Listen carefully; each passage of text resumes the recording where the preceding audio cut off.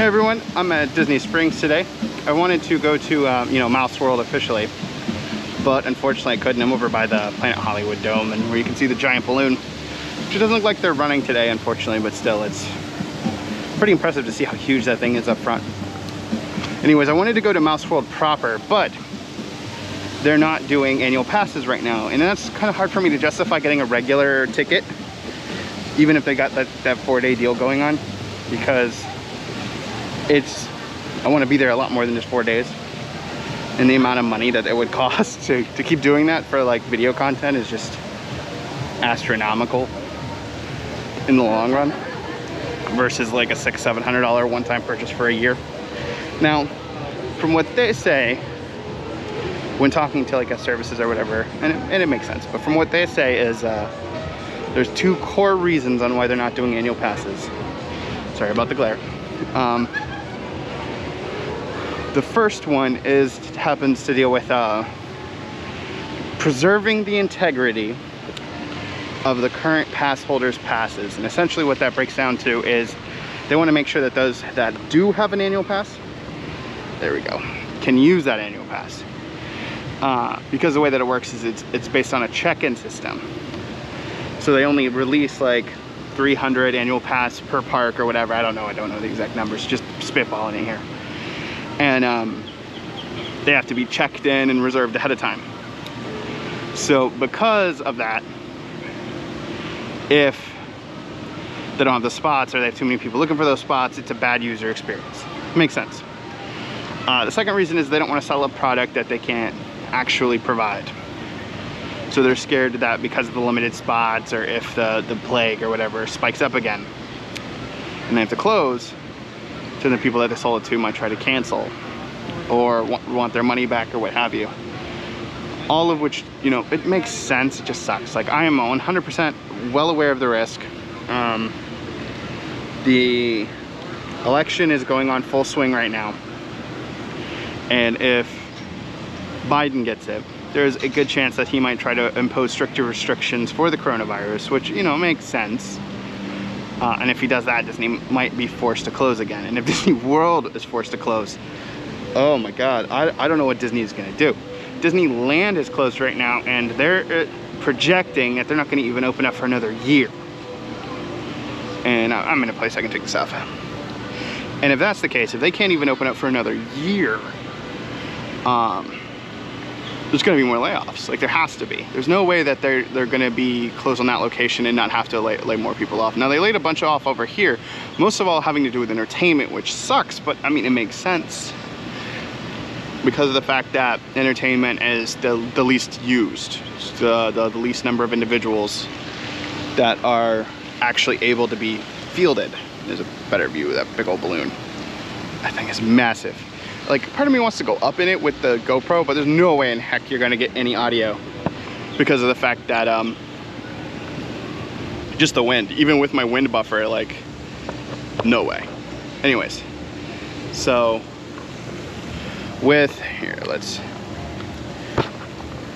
there we go. With everything going on, it kind of makes sense why they're not doing annual passes. It's just not fun.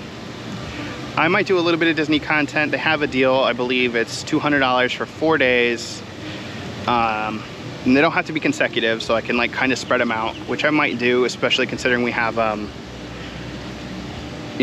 holiday season changeover from Halloween over to Christmas. And if that's the case, then just to get to see how the parks look would be nice. I really would like to do Rise of the Resistance and stuff like that, but I hear that's a nightmare. And then Sabi's workshop, to be able to get a lightsaber with a Kyber crystal would also be really cool. I hear the experience is phenomenal.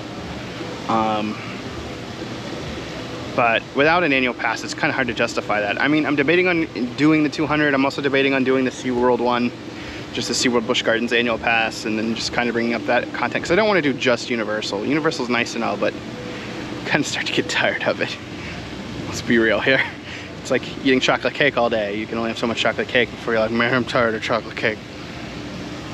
Anyways, so yeah, I'm kind of at Disney Springs right now. I might bring it up in some of the workshops or some of the other stuff.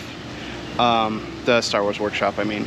I always kind of like going to the Coke building, They have like the Coke bar on the 3rd floor where you can get like some pretty decent adult drinks, or you can get some, I really like the mango icy that they have there. Kidding me, I guess, I don't know. But it's also a gorgeous view from up on the top because you can see from the 3rd store down into the area. I'll probably do a time lapse or something there, whatever. But yeah, with things the way they are, Disney is not in the best place right now in terms of like how they're gonna handle stuff. And if the Florida parks have to close, they're in a lot of trouble, like a lot of trouble, in terms of what's going on. A lot of people blame their money woes right now on the overextension into purchasing Fox. Like they said that it basically didn't need to happen, or didn't need to happen at that point, and because of that, they're really hurting right now, which makes sense. I mean, I think at the time the ideology behind it was to get as many Marvel franchises under one roof, and by buying Fox, I think they were trying to get the X-Men, right? Yeah, because Sony has Spider-Man, and that's its own thing. Anyways, yeah, I think they were just trying to get all the Marvel franchises under one roof. I know New Mutants did come out, but nobody was expecting anything from that movie in terms of the X-Men franchise, because the thing is it was the last movie shot under Fox.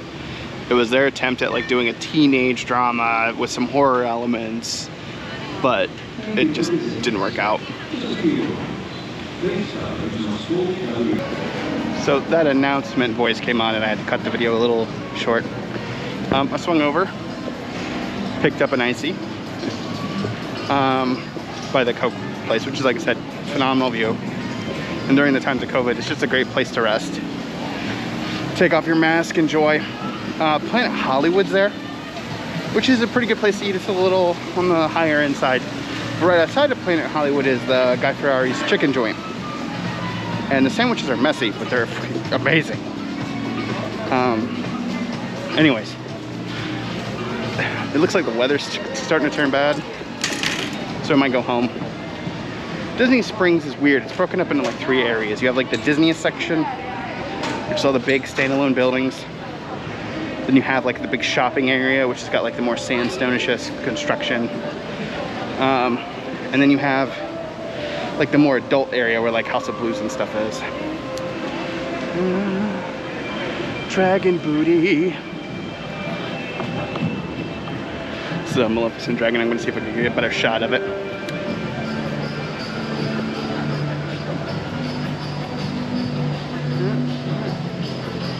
Yep. The glare is just legendary. And we got our good old friend Mr. Lake Derp. There he is. Anyways, weather's starting to look kind of bad. Thinking about heading home. But yeah, I just wanted to have a day where I just kind of walked around, chilled. With everything going on with the election, it kind of sucks. Just a lot of strife and indecision in the country right now. But we'll see how it goes. Hopefully for the better. Let's see if we can come over here and get some good shots of the Wookiee and the Rey and all that. When I was a kid, I love Legos. For the health and safety of everyone. No, there's Mr. Announcer Man. Must fully cover your nose and mouth. There's Rey. At all times, except when Chewie. eating or drinking while stationary. Who's that? Guests Little Phasma. You'll be asked to leave. Anyways, Wash your hands I'm gonna go put her home. Cover your mouth and nose. I had a good day. Hopefully you had a good day. Thank you for your cooperation. If not, have a great day. And I will see you in the next one.